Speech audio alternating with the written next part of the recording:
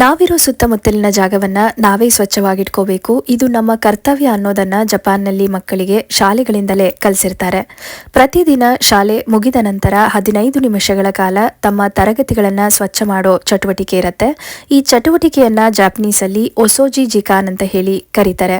ಅಂದರೆ cleaning time ಅಂತ ಹೇಳಿ. ಕಸ ಗುಡಿಸೋದು, ಒರೆಸೋದು, ತಾವು ತಿಂದ ತಟ್ಟೆಗಳನ್ನು ತಾವೇ ತೊಳೆಯೋದು.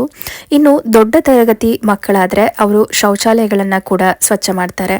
ಇಲ್ಲಿ ಕ್ಲೀನಿಂಗ್ಗೆ ಅಂತ ಹೇಳಿ ಯಾವುದೇ ಸಪರೇಟ್ ಆಗಿ ಸ್ಟಾಫ್ಗಳನ್ನು ಇಟ್ಟಿರೋದಿಲ್ಲ. 6 ವರ್ಷ ವಯಸ್ಸಿನಿಂದಲೇ ಈ ಚಟುವಟಿಕೆ ಪ್ರತಿಯೊಂದು ಶಾಲೆಯಲ್ಲಿ ಎಲ್ಲ ಮಕ್ಕಳಿಗೆ ಇರುತ್ತೆ. ಈ ಚಟುವಟಿಕೆಯನ್ನ ಯಾವ ಮಕ್ಕಳು ಕೂಡ ಕಷ್ಟಪಟ್ಟು ಮಾಡಲ್ಲ, ತುಂಬ ಇಷ್ಟಪಟ್ಟು ಮಾಡ್ತಾರೆ. ಪರಿಸರದ ಸ್ವಚ್ಛತೆ ನಮ್ಮೆಲ್ಲರ ವೈಯಕ್ತಿಕ ಜವಾಬ್ದಾರಿ ಅಂತ ಇದು ನಮಗೆ ತಿಳಿಸ್ಕೊಡುತ್ತೆ. ಜಪಾನ್ ದೇಶ ಸ್ವಚ್ಛ ಇರಲು ಇದು ಒಂದು ಕಾರಣ ಅಂತಲೇ ಹೇಳ್ಬೋದು. ಈ ಚಟುವಟಿಕೆ ಬಗ್ಗೆ ನಿಮ್ಮ ಅಭಿಪ್ರಾಯವನ್ನು ತಿಳಿಸಿ ಅಂತ ಕೇಳ್ಕೊತಾ ಧನ್ಯವಾದಗಳು.